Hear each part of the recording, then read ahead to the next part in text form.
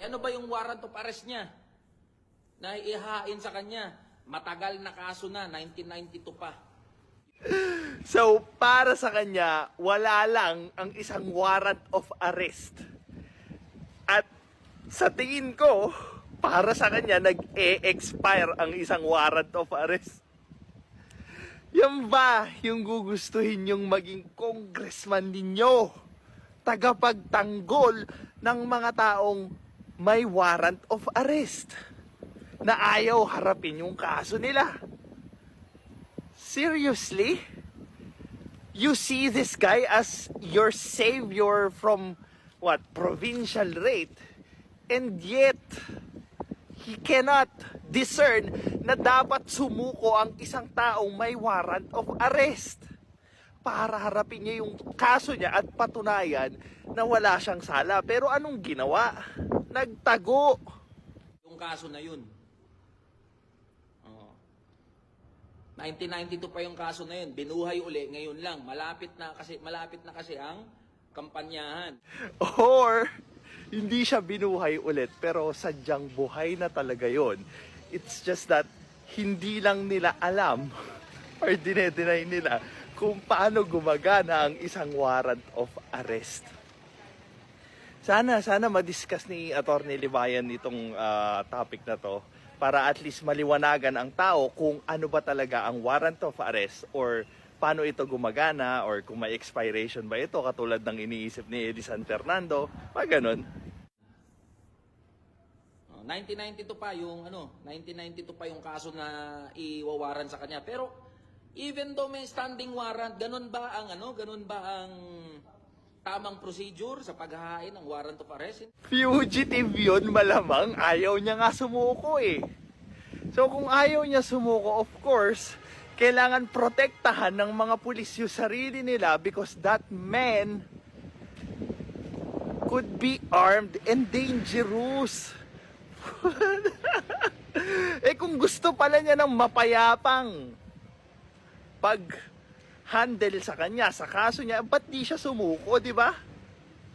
Ganun ang tamang procedure sa paghahain ng warrant of arrest.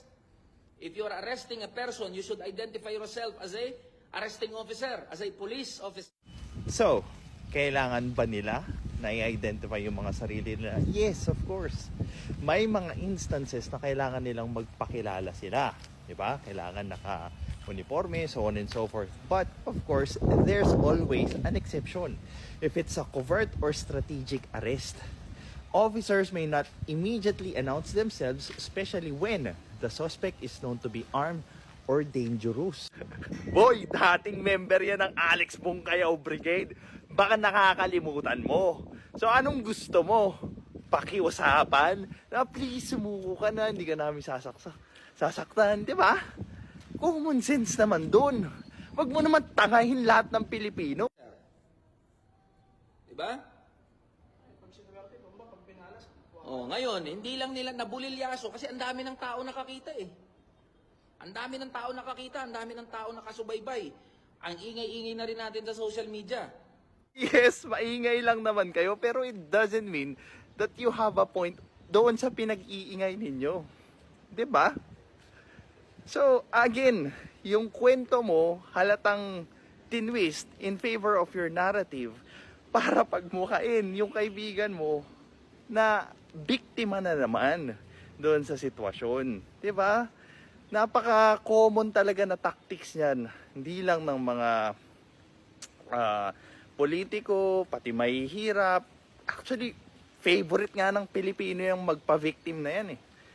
Kaya ang ending, hindi natin nare-realize na walang sense yung pinagsasabi nila because again, nauuna yung emosyon natin doon sa sinasabi nila instead na pag-isipan kung ano ba talaga or tungkol saan yung sinasabi nila.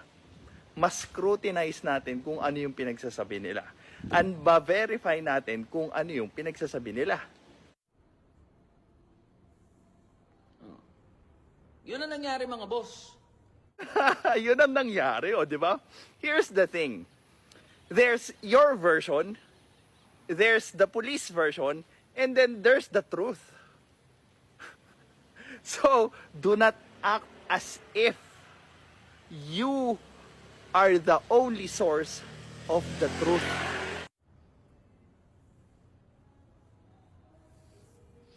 Ngayon, 1992 pa yung kaso na yun. O may mga magsasabi, puta, ayan na naman pala yan eh. ABB naman pala yan eh. Alex Bungkayo pala yan eh. Si Legion de la Cruz eh. Ha? Oh, okay? Nasaktan ka naman. O sige, sabihin na natin hindi tama yon. Pero, hindi rin tama yung hindi niya pagsuko. Ngayong alam niyang may warrant of arrest siya.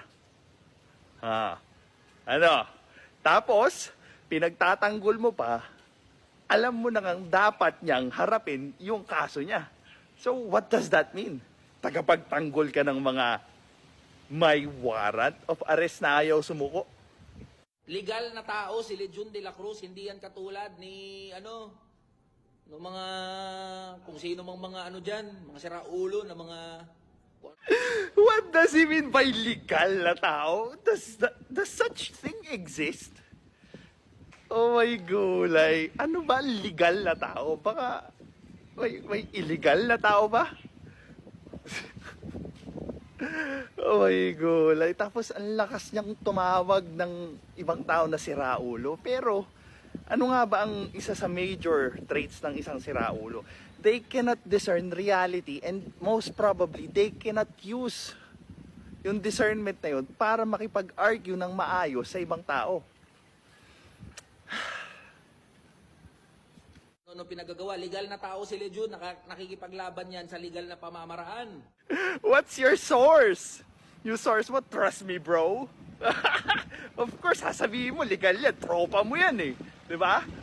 Tropa mo yan eh. Kailangan naman ibenta mo yung tropa mo. Alam nyo guys, ang mahirap kasi sa ganitong klaseng mindset is that pag yung resulta ng kaso ay pabor sa kanila, they will brag it. Na tignan mo, dapat mo sundin to kasi sabi ng korte na to. Hindi ka ba naniniwala sa mga korte natin? Diba? This is justice. So on and so forth. Pero, the moment na bumaliktad yung desisyon against sa kanila, they will call the court. Like, hindi totoo yan, that's injustice, gawa-gawang kaso, so on and so forth. So, nakikita niyo yung duality nila doon sa ganung bagay and kung paano nila ginagamit yon in their defense or para sa kung ano yung gain nila doon sa paggawa ng ganun. Nakikipaglaban yan sang-ayon doon sa mga nakasulat sa ating batas. Then if so, anong dapat niya ikatakot, di ba? So bakit hindi siya sumuko, harapin yung kaso niya? If that's the case, di ba? Tanginang yan, wala nang, malinaw na malinaw, gustong itumba si Legion. Malinaw na malinaw din, ayaw niya sumuko. So kung ayaw niya sumuko, of course, pwedeng i-assume ng police that they are armed and dangerous. Kasi nga ayaw niya magpasakop sa batas eh. 'Di ba? Common sense naman yan, Eli. This is Pinoy Extreme.